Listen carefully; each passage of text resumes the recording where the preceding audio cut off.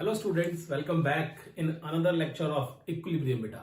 आज हम डिस्कस करेंगे सबसे पहले इक्विलिब्रियम में। वैसे तो हम इक्विलिब्रियम की बात कर रहे थे, लॉ ऑफ मास एक्शन में डिस्कस किया था, लेकिन today will discuss that KP and KC relation क्या होता है इक्विलिब्रियम में। फिर हम फर्दर चेक करेंगे इक्विलिब्रियम की वेरियस कंडीशंस क्या होती है बेटा। चलो फिर स्टार्ट करते हैं आज का लेक्चर इक्विलिब्रियम बेटा।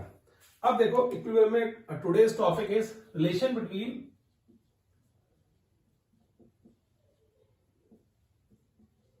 KP and KC. अब ये है क्या बेटा, पहले इनकी बात भी करेंगे कि केपी और केसी होते क्या है।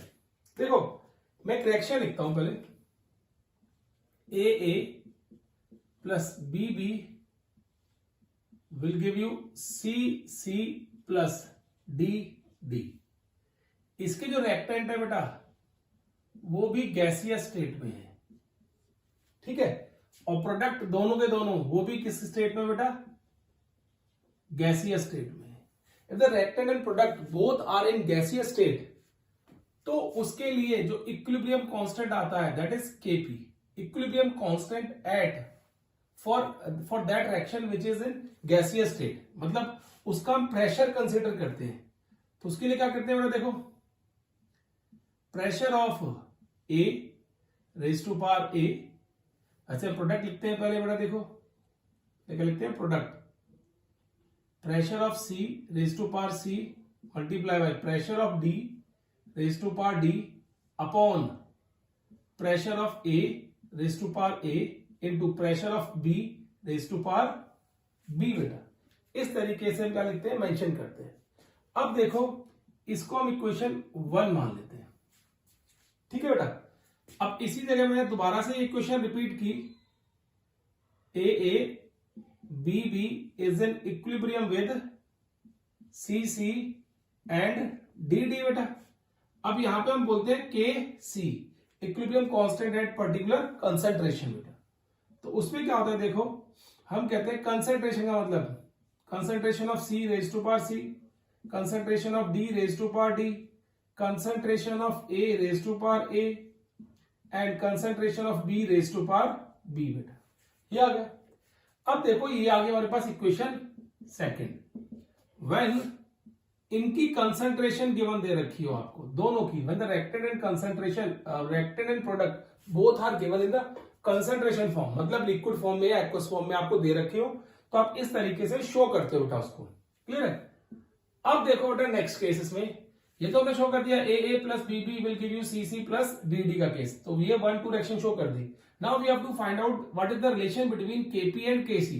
हमें ये रिलेशन ड्राइव करना है, केपी और केसी के बीच में रिलेशन होता क्या है। तो उसके लिए हम क्या कंसीडर करते हैं, देखो बेटा, then we consider ideal gas equation, ideal gas equation, ठीक है बेटा। आइडियल गैस इक्वेशन क्या होती है, PV is equal to N R T, ठीक है बेटा। अब हम कहते हैं यहां से प्रेशर निकालना है, तो हम क्या लिखेंगे, P A is equal to N A R T upon V बेटा। Pressure of partial pressure of A कितना होगा बेटा, ये लिख दिया हमने, ठीक है। अगर आप दूसरा लिखोगे, सेकेंड क्या लिखोगे, ऐसे मेंशन करोगे, P B is equal to N B R T upon V. देखो बेटा वी वॉल्यूम, ए जिस भी कंटेनर के अंदर लेके चलोगे वो तो कांस्टेंट रहेगा, टेम्परेचर एंड आर भी कांस्टेंट रहेगा हर एक गैस के लिए। अब यहां पे क्या है, पी बी, नेक्स्ट क्या होता है बेटा, P C is equal to N C R T upon V, and next क्या बेटा, P D is equal to N D R T upon V बेटा। ये आ गया। अब ये सारी की सारी वैल्यू जो दे रखी है यहाँ पे, पी ए की, पी बी की, पी सी की बेटा, वो हम यहां पे यूज कर सकते हैं, ठीक है। आप चाहो तो देखो एन ए अपॉन वॉल्यूम, इसको कंसेंट्रेशन भी लिख सकते हो, you can write it C A. तो चलो मैं इसको थोड़ा कर देता हूं और simplify, N A upon C is equal to C A, N B upon V is equal to C B, N C upon V is equal to C C, N D upon V is equal to C D बेटा। ये आ गया concentration की form में। तो अब मैं उसको करूं तो क्या आएगा मेरे पास, देखो P A is equal to C A R T, P B is equal to C B R T, P C is equal to C C R T and P D is equal to C D R T बेटा। That will be C D R T. आ गया।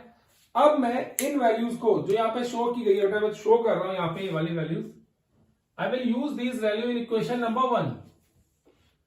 तो use these value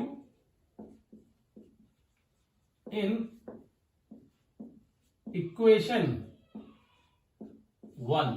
equation 1 में इन values का use करो बेटा, use these value in equation 1 बेटा। अब देखो क्या होगा यहां पे, हम यहां पे बात करें आगे तो देखो हम कहेंगे इस केस में जब यूज करेंगे वैल्यू तो K P is equals to P C raise to power C है बेटा, P C raise to power C. तो मतलब क्या हो जाएगा ये C C R T raise to power सी।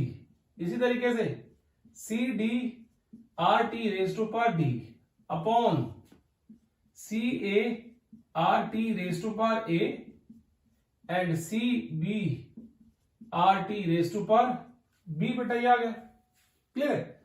अब देखो, अब जो हमारे पास कांस्टेंट है उसको अलग कर लो। हमने कर दिया C C raise to power C R T raise to power C into C D raise to power D R T D बेटा। इसी तरीके से हमने क्या कर लिया यहां पे C A raise to power A R T A. आप देख ही रहे हो बेटा कैसे कर रहे हैं हम लोग, सेपरेट आर टी बी। ये आ गया बेटा। क्लियर है। अब देखो KP is equal to C C raise to power C into C D raise to power D. ये आ गया आर टी। बेस सेम है, ये बेस क्या है बेटा, दो सेम है तो पावर्स क्या हो जाएंगी यहां पे, ऐड हो जाएंगी। तो क्या आ गया C plus D upon C A C D C B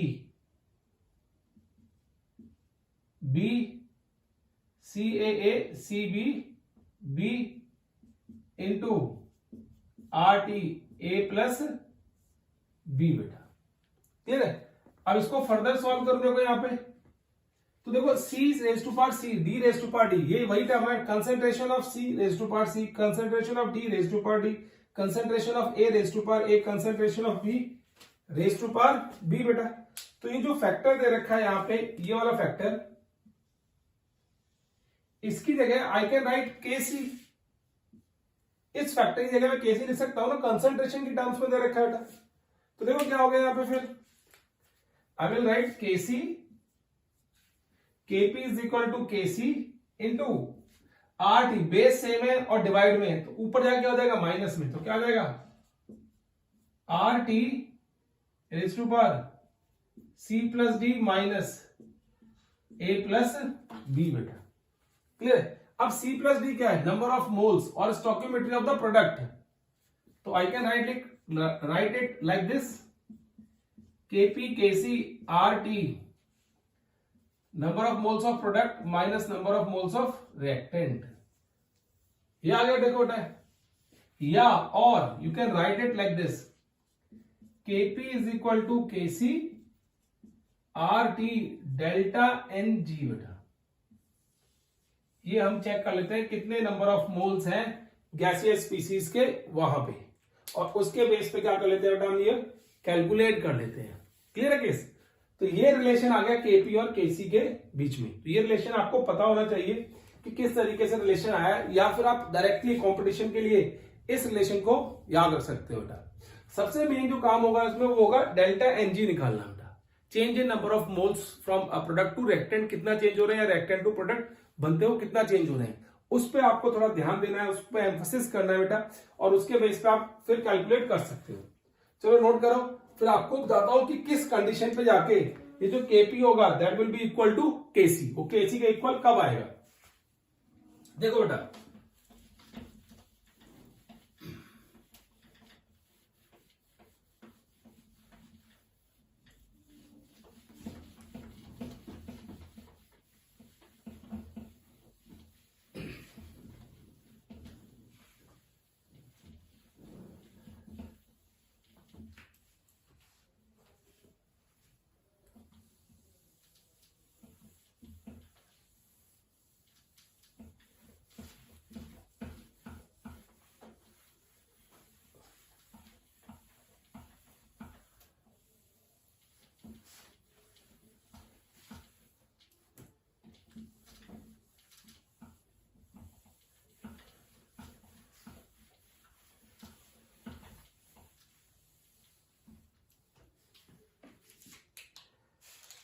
ठीक है ना।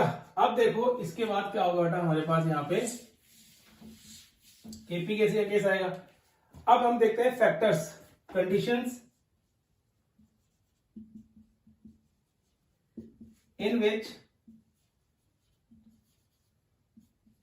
Kp is greater than Kc और Kc is greater than Kp और Kp is equal to Kc।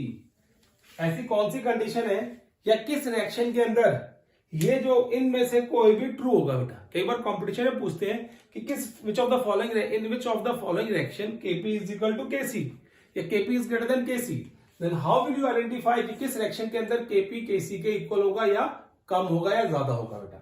तो देखो मैं आपको एग्जांपल देता हूं, यहाँ पे एग्जांपल से आप समझने की कोशिश करो। एग्जांपल नंबर 1, अगर मैं लिखूं बेटा N2 gas plus 3H2 gas will give you 2NH3 gas. अब यहां पे डेल्टा Ng की वैल्यू निकालो सबसे पहले, number of moles of product minus number of moles of reactant बेटा। प्रोडक्ट में कितने मोल्स हैं 2, रिएक्टेंट में कितने गैसियस मोल 4, तो वैल्यू विल बी -2। तो इसके लिए क्या होगा, Kp is equal to Kc RT delta Ng, delta Ng की वैल्यू हमने बना ली, दैट इज -2। तो Kp is equal to Kc RT -2 बेटा। अब देखो इस इक्वेशन को मैं इस तरीके से लिख सकता हूं, देखो Kp is equal to Kc upon RT का स्क्वायर बेटा। ऊपर जाके माइनस में जाएगी पार, नीचे आ गई तो प्लस में होगी। तो क्या ये क्या आ गया, देखो Kc is equal to Kp RT का स्क्वायर। ठीक है ना। इसका मतलब क्या हुआ, जो Kc है that is equal to Kp into this factor, और वो भी 10 रेज टू पावर सॉरी वो भी RT रेज टू पावर 2 बेटा। तो इसमें हमने क्या कंक्लूजन ड्रॉ किया बेटा, इस केस के अंदर वी हैव ड्रॉन की इस रिएक्शन के लिए जो Kc होगा that is greater than Kp, वो Kp से बड़ा होगा। Kc is greater than Kp for this particular reaction बेटा, उसकी वैल्यू ज्यादा आएगी। ठीक है। अब देखो second, B H2 gas plus I2 gas will give you 2HI बेटा। अब यहां पे डेल्टा Ng निकालोगे तो Np minus NR which is equal to, Np की वैल्यू कितनी है बेटा, delta Ng is equal 2 minus 2 which is equal to 0। तो क्या हो गया बेटा, क्या होता है हमारे पास expression, Kp is equal to Kc RT raise to power 0, anything raise to power 0 is 1। तो क्या आ गया बेटा इस केस में, Kp is equal to Kc आ गया। तो इस रिएक्शन के लिए Kp किसके बराबर है बेटा, यहां पे that is equal to Kc, वो Kc के बराबर हो जाती है। ठीक है बेटा। अब देखो third condition, talk about third condition over here कि Kp कब बड़ा होगा।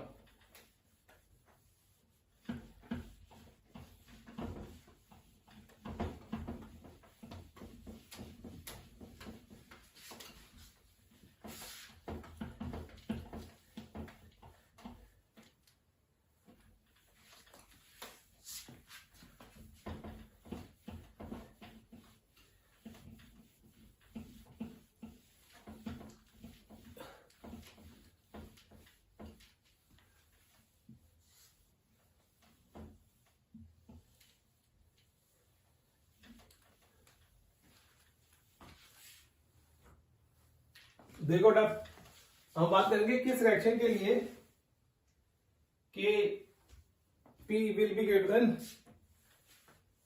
Kc बेटा। ठीक है। देखो अब इसको, थर्ड केस सी, हमने रिएक्शन कंसिडर कर ली, CaCO3 solid, this is an equilibrium will get CaO solid plus CO2 gas. यहां पे डेल्टा Ng की वैल्यू क्या होगी बेटा, product minus reactant, 1 minus 0 is equal to 1। Product में एक गैसियस मोल है, रिएक्टेंट में कोई भी नहीं बेटा, तो क्या हो गया यहां पे Kp is equal to Kc raise to power 1, so Kp is equals to Kc into RT बेटा। तो फिर हमने क्या शो कर दिया इस केस में कि Kp की जो वैल्यू है वो काफी बड़ी है बेटा, किससे, Rc से। तो इस रिएक्शन के अंदर Kp is greater then Kc है। तो इस तरीके से आप रिएक्शन को चेक करके, रिएक्शन को देख के इक्विलिब्रियम कांस्टेंट की वैल्यू लिख के उसके लिए फिर आप चेक कर सकते हो कि भाई Kp बड़ा है कि Kc बड़ा है। अगर कोई मैथमेटिकल वैल्यू दे रखी है तो उस मैथमेटिकल वैल्यू को अप्लाई करके भी आप चेक कर सकते हो which of the following is greater बेटा। ठीक, कौन सा ग्रेटर है, किस रिएक्शन के लिए वो ग्रेटर शो किया हुआ है बेटा। Clear case. अब देखो इसी में, इस केस के अंदर अगर हम और बात करें यहां पे, तो मैंने यहां पे सॉलिड और इसके लिए इक्विलिब्रियम कांस्टेंट लिखना है, let it be, I have to write the equilibrium constant for solid and this. तो इक्विलिब्रियम कांस्टेंट क्या होगा बेटा, equilibrium constant for above reaction. ठीक है, तो हम अगर Kp की टर्म्स में लिखे बेटा यहां पे, या जनरल लिख दूं मैं K की टर्म्स में, K concentration of CaO upon into concentration of CO2 upon CaCO3 बेटा, ये लिख दिया क्योंकि सॉलिड भी है और यहां पे गैसेस भी है। तो यहां पे जो याद करने वाली बात है बेटा, concentration of solid is equals to 1 because it does not change much with reaction। concentration of solid generally हम 1 लेके चलते हैं, क्यों बेटा, क्योंकि वो रिएक्शन होने के साथ साथ चेंज नहीं होती, बहुत कम चेंज आता है, बहुत माइन्यूट सा चेंज आता है, इसलिए हम कहते हैं कि उसकी concentration remains constant, that is why हम वहां पे 1 कंसिडर करके चलते हैं बेटा। इन the same manner concentration of liquid is always taken into 1। इसी तरीके से लिक्विड की कंसंट्रेशन भी मोस्टली 1 लेके चलते हैं, और concentration of water is also taken as 1 because if water is taken in excess amount, अगर वाटर को एक्सेस अमाउंट में ले रहे हैं तो वहां पे भी कंसंट्रेशन लेके आ चलेंगे बेटा, 1 लेके चलेंगे। तो केस याद रखने बेटा कि सॉलिड दे रखा है किसी भी केस में, तो कंसंट्रेशन आप उसकी 1 मेंशन करके चलोगे। अब इन फैक्टर के अकॉर्डिंगली, इस फैक्टर के अकॉर्डिंगली बेटा, इस फैक्टर के अकॉर्डिंगली और इस फैक्टर के accordingly what will be the change in this equilibrium constant. इसका मतलब क्या है, पहली बात तो मैं लिखूंगा यहां पे Kp, क्योंकि इनकी वैल्यू तो 1 हो गई, इसकी वैल्यू 1 हो गई और इसकी वैल्यू 1 हो गई, तो सिर्फ क्या बच गया, that depends on pressure of CO2, pressure of CO2 के ऊपर डिपेंड करता है बेटा। Then clear case. तो आ गया Kp is equal to PCO2 बेटा। तो इस तरीके से हम इस इक्वेशन में चेंज शो कर सकते हैं, किस तरीके चेंज आया बेटा वो मैंने शो कर दिया यहां पे। ठीक, क्लियर केस।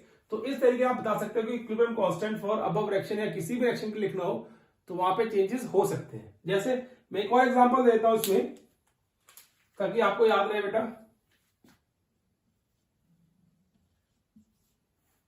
सपोज करो जिंक है सॉलिड फॉर्म में plus copper sulfate aqueous, let it be.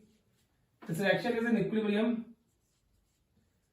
It will give you zinc sulfate plus copper solid. Let it be. This reaction is in equilibrium. अब क्या लिखोगे बेटा? आप एक्वस दे रखा है तो केसी लिखोगे, तो क्या आएगा? Concentration of zinc sulphate. अब देखो ये कॉपर सॉलिड में है तो इसको लिखने की जरूरत ही नहीं है, upon concentration of copper sulphate. यहां पे जिंक लिखने की जरूरत नहीं है। This is the expression for K C for this particular reaction. इस पर्टिकुलर रिएक्शन के लिए केसी का जो एक्सप्रेशन होगा बेटा वो ये होगा। तो याद रखना आपको कि किस तरीके से रिएक्शन मेंशन करनी है हमें। किसी भी केसी मेंशन करना है इक्विलिब्रियम कांस्टेंट किसी भी पर्टिकुलर रिएक्शन के लिए जहां पे सॉलिड और वाटर की कंसंट्रेशन, लिक्विड की कंसंट्रेशन में बहुत कम अंतर आता है, और उसकी वजह से क्या करते हैं हम ये लेके चलते हैं कि उनकी कंसंट्रेशन जो होगी दैट विल बी 1 बेटा, वो 1 आएगी। क्लियर है केस? अब देखो, अब आगे बात करते हैं इसमें। नोट करो बेटा इसको ऊपर।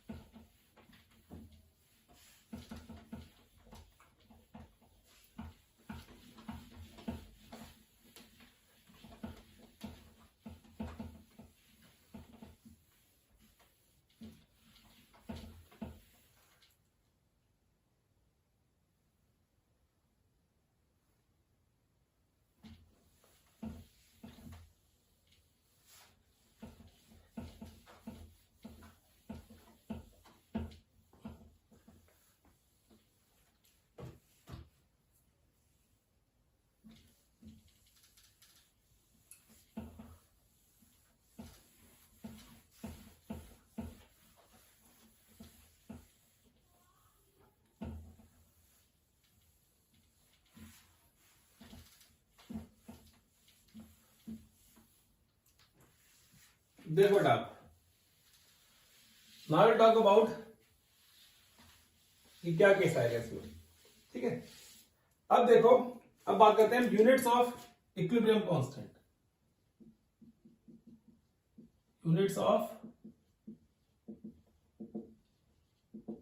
Equilibrium constant. इक्विलिब्रियम कांस्टेंट की यूनिट क्या होगी बेटा? वैसे तो लोग बोलते हैं इसकी यूनिट कांस्टेंट होती है, बट याद रखो बेटा के is unit depend on reaction. के की जो यूनिट होगी बेटा दैट डिपेंड्स ऑन रिएक्शन, वो रिएक्शन के ऊपर डिपेंड करेगी।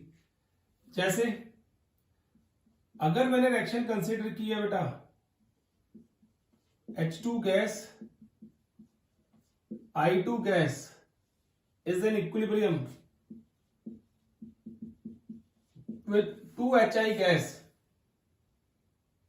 यहां पे Kp की वैल्यू क्या होगी बेटा? That is pressure of HI raise to power 2, pressure of H2 and pressure of I2। देखो प्रेशर की यूनिट क्या होती है, हम लेके चलते हैं जनरली एटमॉस्फेयर का स्क्वायर, हाइड्रोजन की प्रेशर की यूनिट एटमॉस्फेयर इनटू I2 की एटमॉस्फेयर प्रेशर की यूनिट एटमॉस्फेयर। तो क्या आ गई वैल्यू यहाँ पे 1। तो इसका मतलब units of Kp for this reaction is none, कोई नहीं होगी। आप बोल सकते हो डायमेंशनलेस है, डायमेंशन लेस। यहां पे कोई भी डायमेंशन नहीं होगी इसकी, और आप बोल दो कोई यूनिट नहीं होगी। सेकंड देखो, अगर रिएक्शन आपको ऐसे दे रखी है बेटा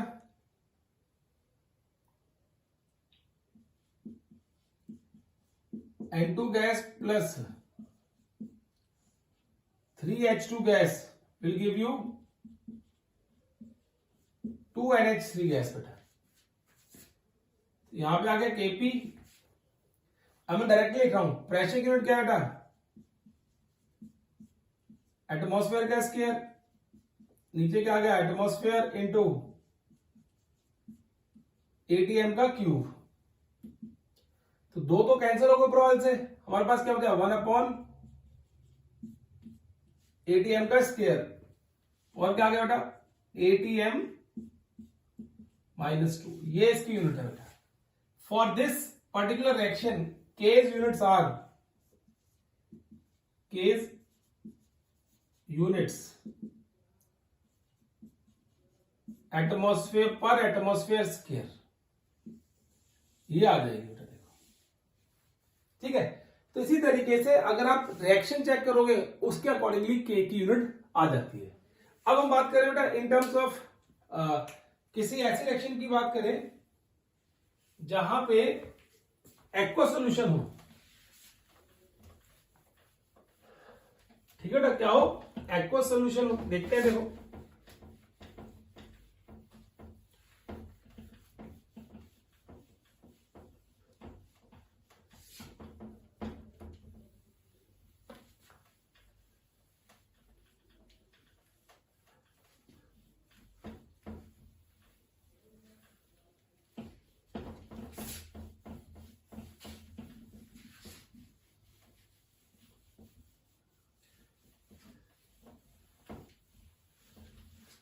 देखो बेटा अब के की यूनिट बात करेंगे जहां पे हमारे पास क्या बेटा एक्वा सॉल्यूशन मेंशन किया हो।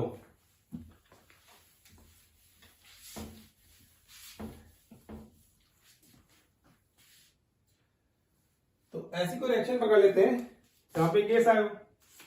देखो मैं लेता हूं third CH3 CH2OH plus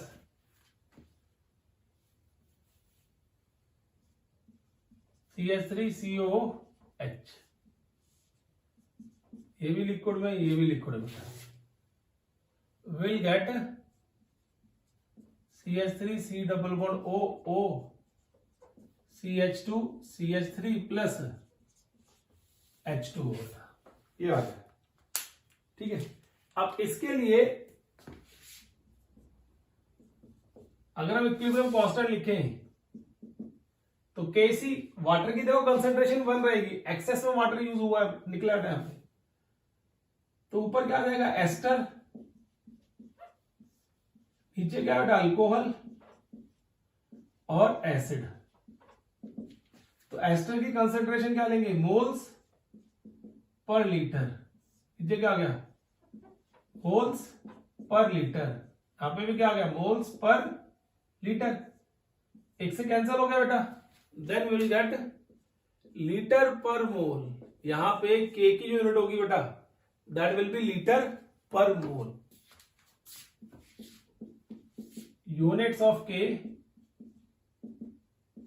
litre पर मोल फॉर अबव रिएक्शन, ऊपर वाली रिएक्शन के लिए ये यूनिट आ जाती है। अगर आपको कंसंट्रेशन टर्म्स में लेना है तो मोल्स पर लीटर कंसीडर करोगे इफ इट इज गिवन कि मोल्स पर लीटर है बेटा, एंड अगर आपको प्रेशर की टर्म्स में लेना है तो आप एटमॉस्फेरिक प्रेशर कंसीडर करते हो वहां पे। क्लियर बेटा केस, जल्दी से नोट करो फिर हम आगे कंटिन्यू करते हैं।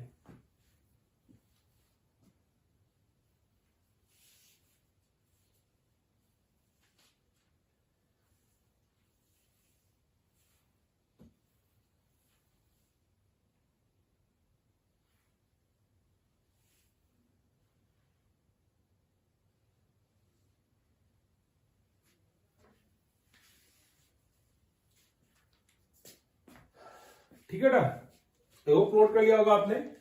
अब देखो इसी में बात करते हैं types of equilibrium, types of equilibrium बेटा, ठीक है। तो जनरली हमें दो तरह के इक्विलिब्रियम मिलते हैं, first one is homogeneous equilibrium,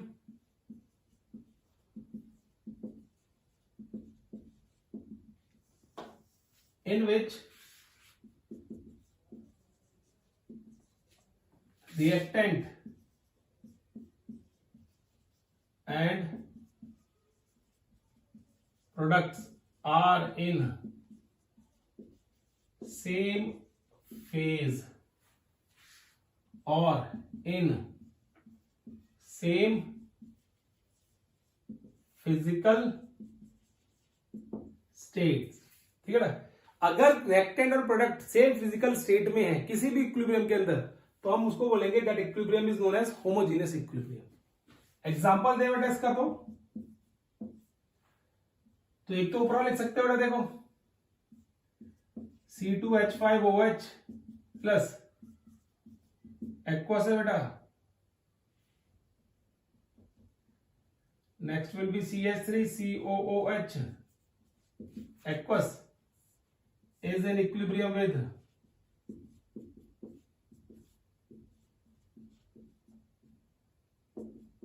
plus water, ये भी aqueous है और ये भी aqueous है बेटा। तो देखो रिएक्टेंट भी किस सारे रिएक्टेंट किस कंडीशन में, aqueous कंडीशन में, प्रोडक्ट भी किस में, aqueous में या लिक्विड फॉर्म में बेटा। तो इस रिएक्शन को हम होमोजेनियस इक्विलिब्रियम बोलेंगे और reaction is this reaction is homogeneous equilibrium, is in homogeneous equilibrium। B, अगर हम बात करें इसके एग्जांपल की, सॉरी एक और एग्जांपल दे इसका, एक और 1 2, तो that is SO2 gas when react with O2 gas, it will give you 2SO3 gas. क्या देगा हमें, 2SO3 गैस मिल जाती है। तो ये भी एक होमोजेनियस इक्विलिब्रियम है, क्योंकि रिएक्टेंट देखो गैसियस स्टेट में, प्रोडक्ट भी क्या है, गैसियस स्टेट। ठीक है बेटा, क्लियर है केस। तो ये सारे के सारे केस। या थर्ड, अगर आपको कहता है N2 gas plus 3H2 gas is in equilibrium with 2NH3 gas, तो ये भी किसमें बेटा, होमोजेनियस इक्विलिब्रियम में, because the reactant and product both are in the same phase and that is gaseous reaction, gaseous phase बेटा। तो उसको हम बोलते हैं homogeneous equilibrium बेटा। अब देखो नेक्स्ट केस,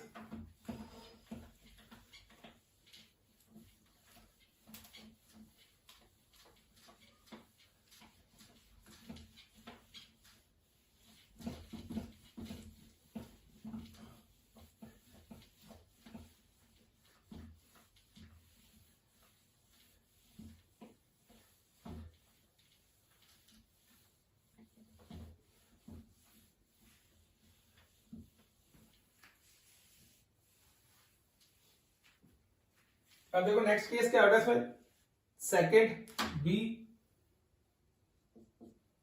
हेट्रोजीनियस इक्विलिब्रियम।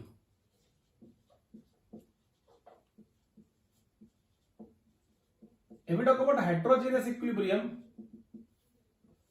तो हम क्या कहेंगे, देखो ना यहां पे, तो हम यहां पे कहेंगे if reactants and products are not in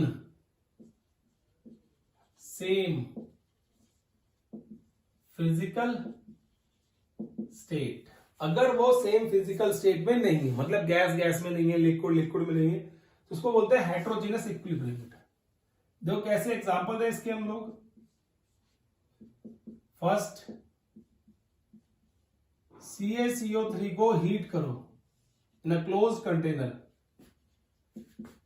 you will get CaO gas solid and CO2 gas. देखो दो सॉलिड में है और एक गैस में, सेम फेज में नहीं आए, इसलिए हेट्रोजीनियस इक्विलिब्रियम है। सेकंड बेटा देखो, इसमें कैल्शियम हाइड्रोक्साइड सॉलिड होता है, इसको वाटर में डिसॉल्व किया, लिक्विड में बेटा, it will give you calcium 2 positive ion in aqueous plus OH negative in aqueous बेटा।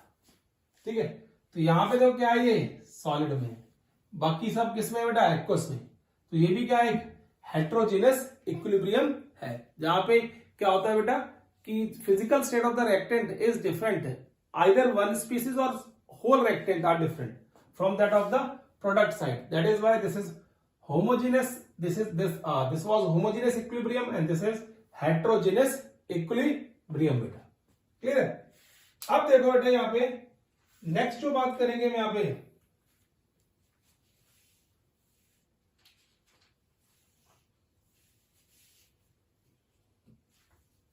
दैट विल बी, पहले मैं इसको रब करूं बेटा, that will B characteristics of equilibrium constant. जो हमारा इक्विलिब्रियम कांस्टेंट है उसकी कैरेक्टरिस्टिक्स क्या है बेटा, मतलब क्या क्या वैल्यूज होती है उसकी, किस तरीके से वो बिहेव करता है। एक बार आप नोट कर लो बेटा वाला सारा जल्दी से, फिर हम आगे करते हैं।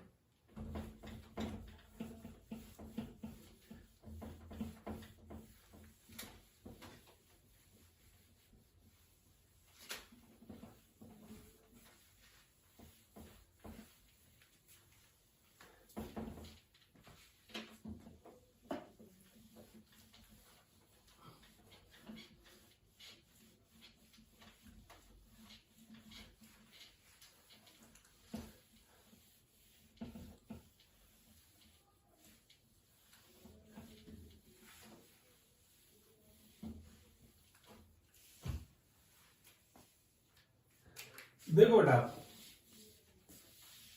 नेक्स्ट की बात करते हैं यहां पे, कैरेक्टरिस्टिक्स ऑफ इक्विलिब्रियम कांस्टेंट।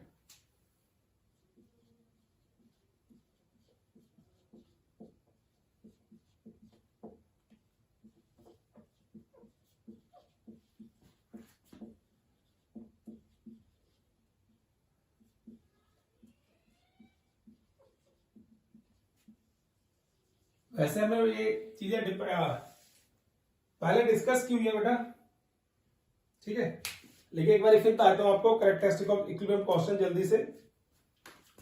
पहला केस, इट इज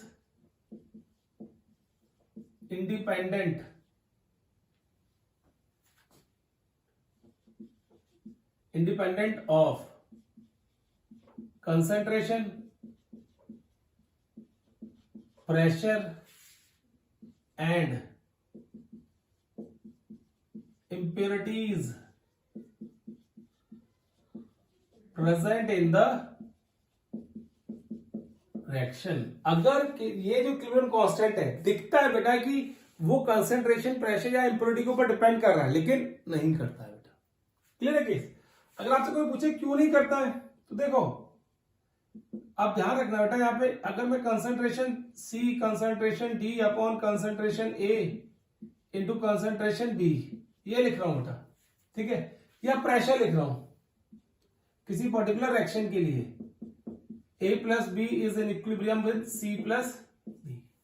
यहां पे क्या होगा बेटा, rate of conversion of AB into CD is equal to the rate of conversion of CD into AB। तो जितनी ये रेट होगा कन्वर्जन का उतना इसका होगा, तो दोनों की वैल्यू क्या हो जाएगी बेटा, कैंसल आउट हो जाएगी। अब जितनी वैल्यू इसकी कम होगी उतनी तो इसकी बढ़ेगी बेटा, जिसकी इतनी उसकी बढ़ेगी उतनी इसकी बढ़ेगी या इसकी बढ़ेगी। तो जितनी भी कंसंट्रेशन दोनों की मिला के होगी that will be the concentration in दोनों को मिला के, तो कैंसिल हो जाएगा और उसकी वजह से क्या होगा बेटा, दैट इक्विलिब्रियम कांस्टेंट जो होगा that is independent of concentration, pressure और any other impurities present in the reaction scheme. तो ये कैसा आएगा। Second,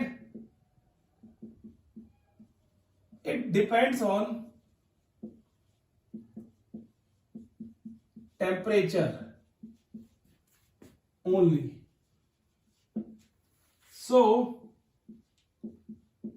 K's value is fixed for a reaction at a particular temperature। एक पर्टिकुलर टेम्परेचर पे K की वैल्यू क्या होती है बेटा, फिक्स होती है।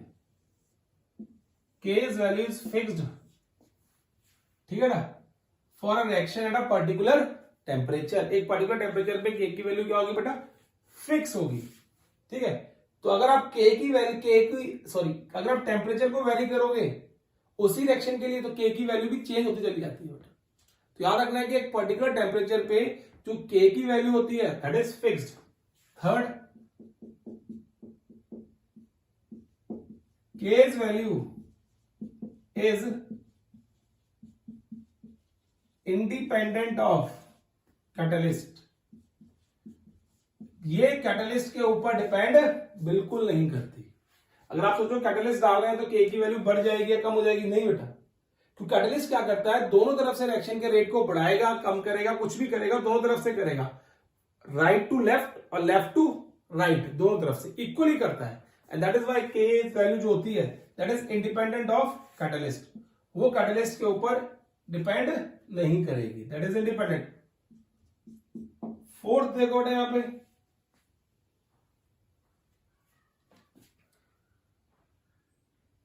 For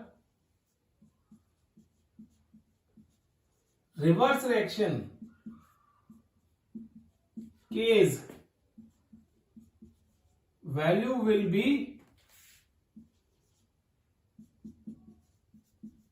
inverse of forward reaction. अगर एक रिएक्शन आगे जा रही है पीछे आ रही है बेटा, मैं लिख देता हूं एक बार, देखो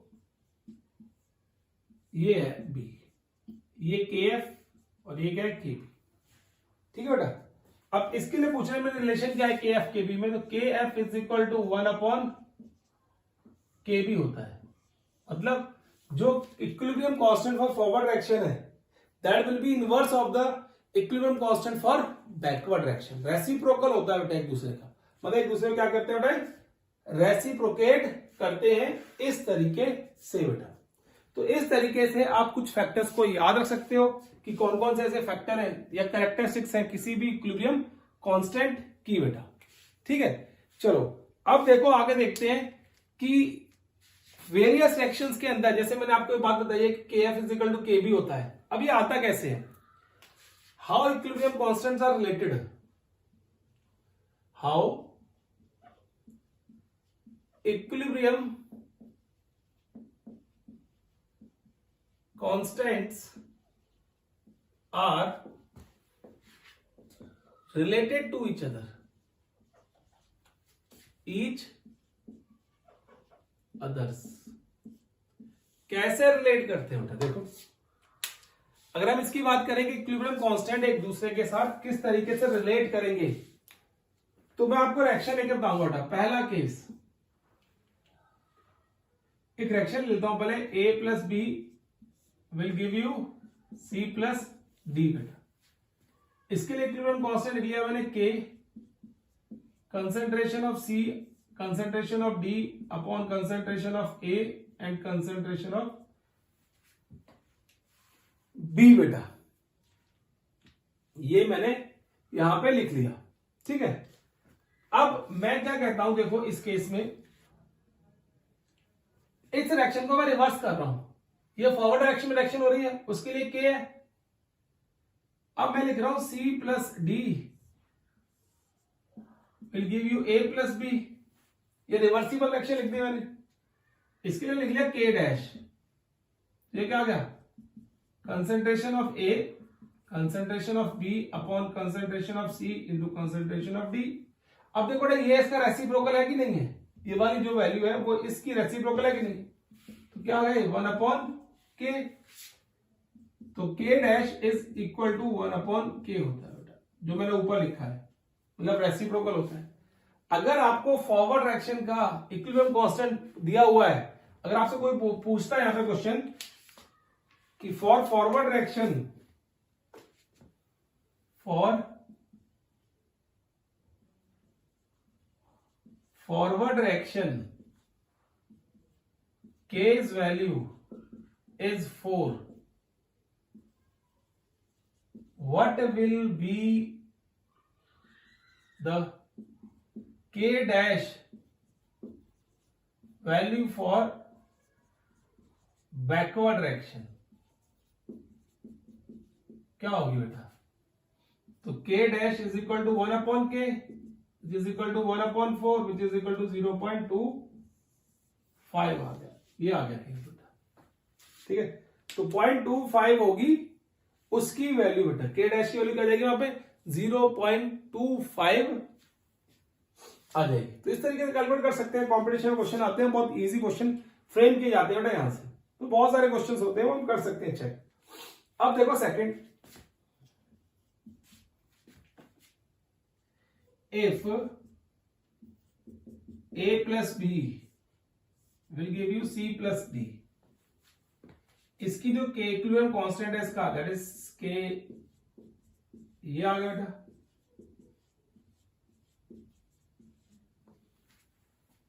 ठीक है। अब मैंने क्या कर दिया, if this reaction is multiplied bye 2, अगर मैं इस रिएक्शन को 2 से मल्टीप्लाई करता हूं तो आप n की फॉर्म में कंसीडर कर लेना। चलो मैं n लिख दूं बेटा यहाँ पे, चलो 2 लिखता हूं बेटा, मैं आपको फिर बाद में बताऊंगा n के केस में, ठीक है। तो क्या हो जाएगी बेटा रिएक्शन अब वाली, 2a 2b 2c and 2d हो जाएगी बेटा। तो इसके लिए इक्विलिब्रियम कांस्टेंट क्या होगा, k dash is equal to c raise to power 2 d raise to power 2 upon a raise to power 2 and b raise to power 2 बेटा। ये हो गया बेटा, मैं चेक करता हूं दिख रहा है कि नहीं दिख रहा, विजिबल है।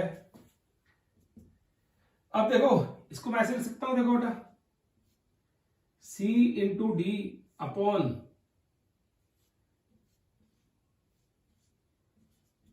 a into B raise to power 2, ठीक है। तो क्या आ गया बेटा, सी डी किसकी वैल्यू है, इसकी है, इसकी क्या लिखूंगा, के स्क्वायर, ठीक है। तो क्या रिलेशन बन गया देखो यहां पे, k dash equilibrium constant for new reaction is equal to square of the equilibrium constant of the previous reaction, ठीक है बेटा। अगर 2 से मल्टीप्लाई करोगे तो ये केस बनेगा ना। अब देखो इसमें नेक्स्ट,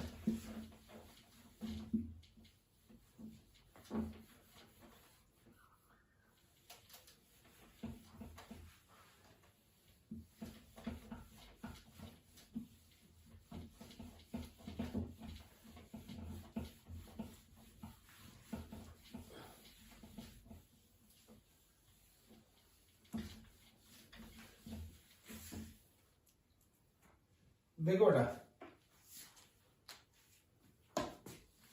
अगर 2 से मल्टीप्लाई किया तो वो बना, if reaction is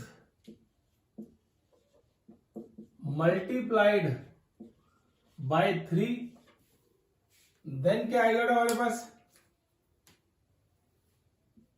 k is equal to k dash is equal to cube आ जाएगा बेटा, ठीक है। If reaction is multiplied by n, अगर n से मल्टीप्लाई किया तो सिंपल हमारे पास बन जाएगा बेटा k dash is equal to k raise to power n, ये आ जाएगा केस बेटा, क्लियर है केस। तो ये बन गया हमारे पास सारे का सारा। अब आते हैं थर्ड, फिर वही रिएक्शन कंसीडर कर रहा हूं बेटा ये वाली, ठीक है। If the reaction is divided by 2, then तो हमारे पास क्या बनेगा वहां पे, half A plus half B half C plus half D बेटा। इसके लिए इक्विलिब्रियम कांस्टेंट क्या आएगा, C D upon A B, और टोटल क्या आ गया बेटा ऊपर, हाफ आ गया कि नहीं, कुछ सबके आ गया हाफ है, ऊपर हाफ है, तो आ गया k raise to power half. और you can write k dash is equal to under root of k, जो नया इक्विलिब्रियम कांस्टेंट होगा that will be the under root of k if the reaction is divided by 2। अगर 2 से divide करते हैं तो ये आता है बेटा, if reaction is divided by 3 then we'll get k dash is equal to cube root, यहां पे 3 आ जाएगा। Fourth, if reaction is divided by n by n बेटा, यहां पे क्या देगा k dash is equal to nth root of k बेटा। तो ये आपको याद रखना है कि अगर किसी भी रिएक्शन को किसी भी नंबर से डिवाइड करते हैं तो उसका रूट बन जाएगा बेटा, और उसके अकॉर्डिंगली आप क्या कर दोगे, उस न्यू रिएक्शन के इक्विलिब्रियम कांस्टेंट की वैल्यू कैलकुलेट कर सकते हो। नेक्स्ट देखो टेस्ट में,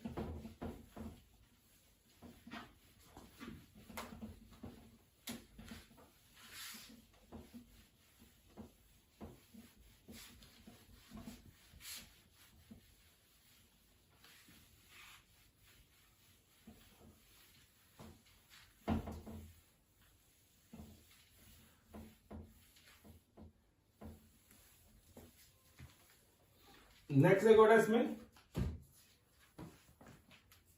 अगर मैं इसी केस में आगे शो करूं,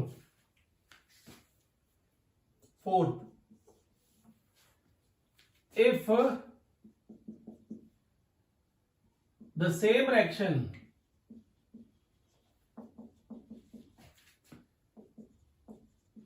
takes place in multiple step,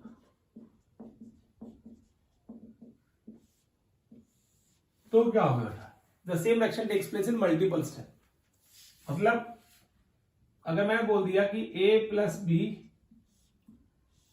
will give you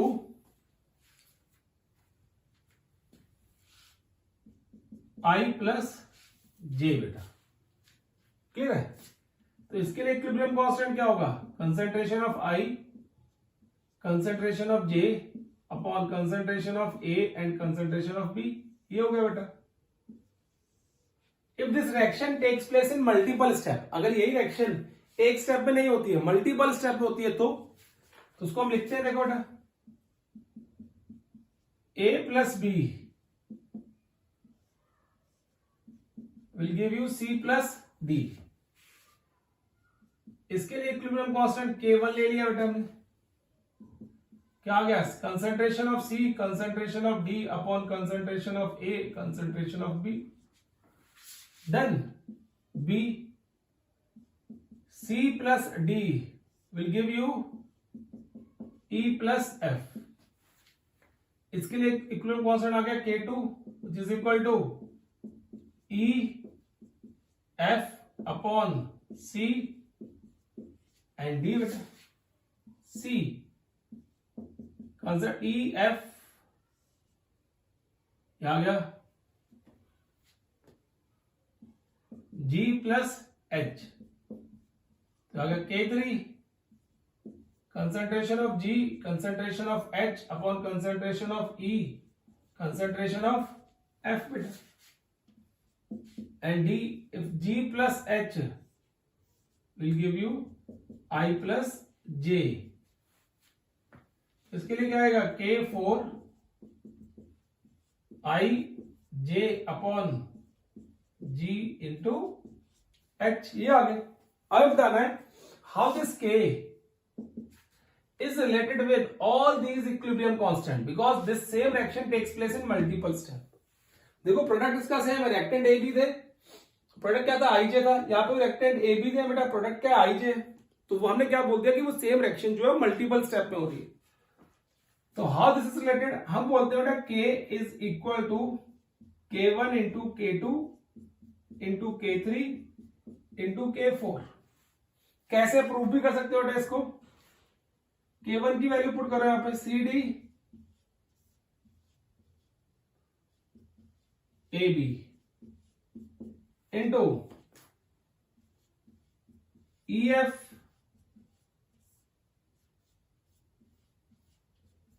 C D into G H E F into I J upon G H. तो क्या हो गया देखो, ये कैंसिल हो गया, ये कैंसिल हो गया, ये कैंसिल हो गया। We are left with what, I J upon A and B. देखो ये आ गया ना इक्विलिब्रियम कांस्टेंट। इसलिए हम कहते हैं कि अगर एक रिएक्शन सिंगल स्टेप में होती है and the same reaction takes place in multiple step, then आप क्या कहोगे बेटा उस केस में कि वो जो मल्टीपल स्टेप्स में रिएक्शन हो रही है सेम रिएक्शन, उनके इक्विलिब्रियम कांस्टेंट को मल्टीप्लाई कर दो and that will be equal to the same reaction takes place in a single step. तो उसको हम इस तरीके से इक्विलिब्रियम कांस्टेंट को हम क्या करते हैं, रिलेट कर देते हैं एक दूसरे के साथ। जल्दी से बेटा क्या करो, उसको नोट करो, फिर हम आगे कंटिन्यू करते हैं।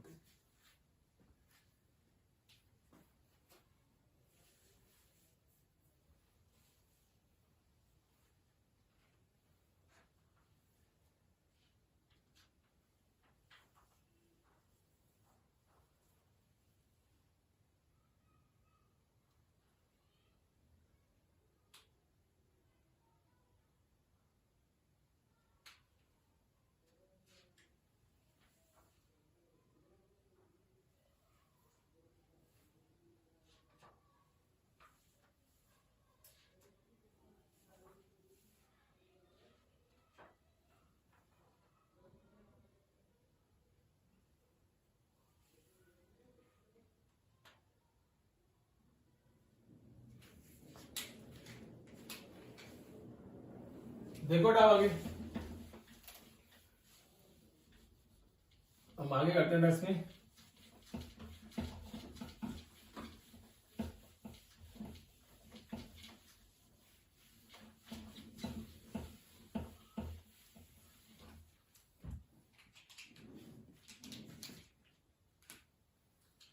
प्रिडिक्ट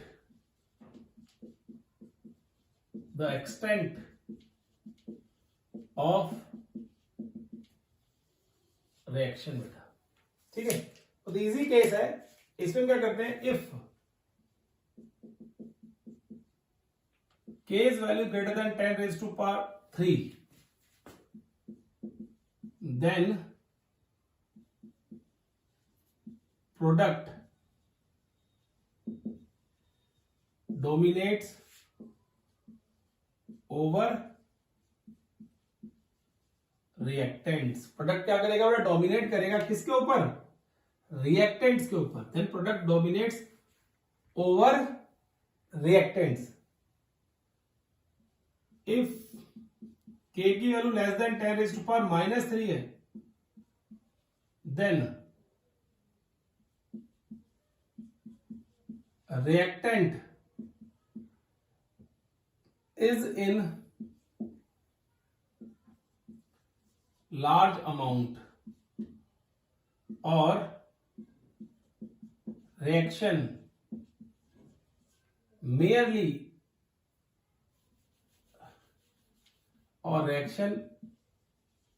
proceeds slowly बेटा, ठीक है। if k's value is greater than 10 raised to power -3 and less than 10 raised to power 3, reactant and product may be in equal amount। Reactant and product उस केस में क्या हो सकते हैं बेटा, इक्वल अमाउंट में हो सकते हैं। क्लियर है। तो बेसिकली हम क्या करते हैं, ये वैल्यू जो है उसको स्टैंडर्ड मान के हम रिएक्शन बताते हैं। इन चीजों को हम स्टैंडर्ड मानते हैं और उसके बेस पे एक्सप्लेन करते हैं। ठीक है बेटा, ये आगे केस देखो। अब देखो इसी में मैंने आपको लास्ट चैप्टर में एक रिएक्शन लिखाई थी बेटा, ठीक है, रिएक्शन नहीं, मैं आपको एक फॉर्मूला लिखाया था, delta G is equal to delta G not plus R T log Q, ये आप लिख सकते हो। Is the relation between Q and Gibbs free energy. इस चैप्टर में इसके ऊपर बेस्ड न्यूमेरिकल हो सकते हैं। If Q is equal to K, तो हम क्या कह सकते हैं, delta G is equal to delta G not plus R T log K. और देखो ना, इसको भी आप फर्दर चेंज कर सकते हो किसी भी फॉर्म में। देखो एक करके दिखाता हूं आपको। मैंने आपको कहा था कि स्मार्ट वे में आपको क्वेश्चन है, इक्वेशन देखनी है। इसको देखो, अब this equation can be written as delta G minus delta G not, लिख सकता हूं ना इसको। इसको मैंने इधर भेज दिया, ठीक है। और इस केस में क्या होगा बेटा, जब के आ गया तो डेल्टा जी 0 हो जाएगा। चलो बाद में बताता हूं, पहले आ गया यहां पे आर टी लॉग के। अब इक्विलिब्रियम पे delta G is equal to 0, ठीक है बेटा। तो वहां पे क्या आ गया, देखो हमारे पास minus delta G not is equal to R T log K. अब क्या करो, आर टी को भी इधर भेज दो, तो हमारे पास क्या गया, log K is equal to minus delta G not upon R T. अब के की वैल्यू निकालनी होता है, तो क्या लिखोगे यहां पे, that will be K is equal to e raise to power minus delta G not upon R T. देखो ये भी एक इक्वेशन बनती है इस तरीके से। कई बार बच्चे भूल जाते हैं कि हम इस तरीके से भी इक्वेशन बना सकते हैं। इफ बेटा यहां पे नेचुरल लॉग की जगह लॉग बेस 10 होता तो इक्वेशन कुछ इस तरीके से बनती, log K is equal to, अगर ये दिया होता बेटा, minus delta G not upon 2.303 R D, तो फिर बनता K is equal to 10 raise to power minus, log base 10 है ना बेटा, यहां पे 10 raise to power minus delta G not upon 2.303 R T बेटा। ये फिर आपके पास के की वैल्यू आती है इस तरीके से, ठीक है। तो ये छोटी छोटी चीजें आपको याद रखनी है। डन। तो देखो इसी के साथ हम आज का लेक्चर यहीं पे खत्म करते हैं बेटा। अब नेक्स्ट लेक्चर में इस चैप्टर का सबसे important topic and the last topic, that is Le Chatelier principle हम डिस्कस करेंगे। Till then take care and bye bye बेटा।